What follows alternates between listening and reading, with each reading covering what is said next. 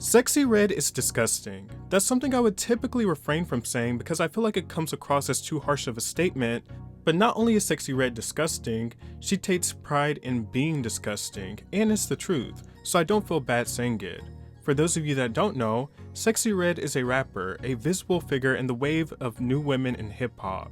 She's been endorsed by a lot of important heavyweights such as Drake and Nicki Minaj. I view Sexy Red more as a personality than an artist. And I'm no prude, I definitely see and hear the appeal in Sexy Red. She makes these 2000 Southern hip-hop tinged songs, some which are bangers. She's not necessarily talented as much as she is charismatic. She has a presence on the mic, and it's one that typically leans towards comedy. Lyrically, I don't think she's much different from the current state of hip-hop or some of her predecessors. It's really everything else she does outside of her music that makes me wonder if this girl is deserving of a spotlight. One being her STD themed makeup line. Yes, an STD themed makeup line. Now I want to preface this by saying STDs are a part of human life. A lot of people have been infected with STDs.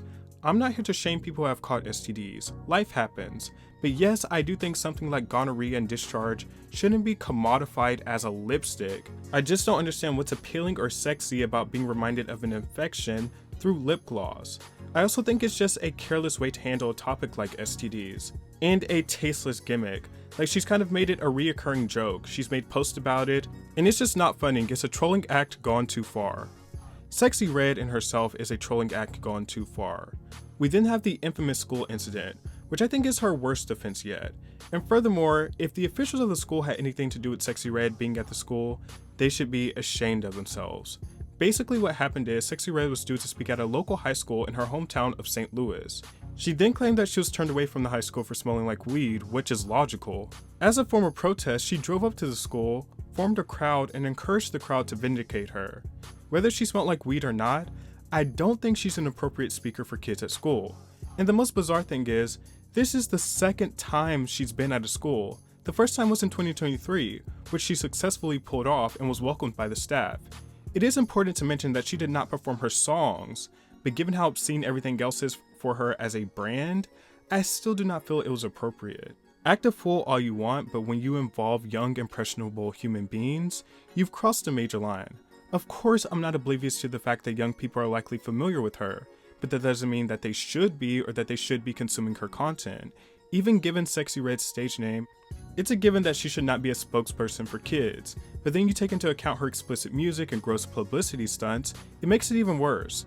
And it's just weird, the school officials are horrible if they allowed this to happen, and Sexy Red is disgusting for trying to actively pander to kids, knowing that her content is far from kid-friendly. Yes, Sexy Red isn't responsible for parenting other people's kids, but she is responsible for exclusively trying to pander and appeal to kids. It's just purely gross in my eyes.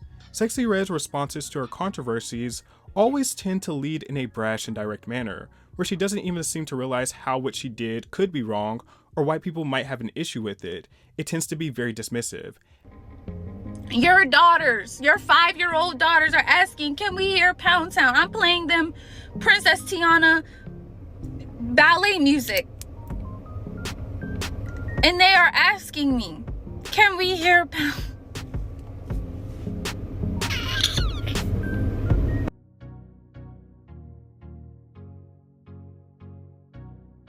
And I don't think this type of behavior really allows for sustainability in the long run.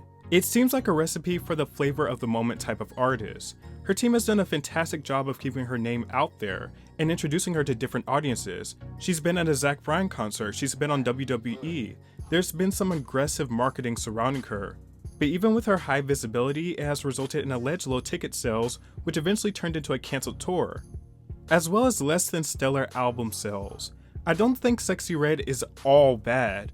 There's certainly an appeal to her brazen and unapologetic attitude, she just utilizes it in a distasteful manner. In the words of Lauryn Hill, it could all be so simple, but you'd rather make it hard. Sexy and the machine behind her take on these outlandish, unflattering, and egregious marketing tactics that have instant gratification in the form of clicks and attention and headlines, but certainly won't benefit her in the long run. They show a considerable lack of tact.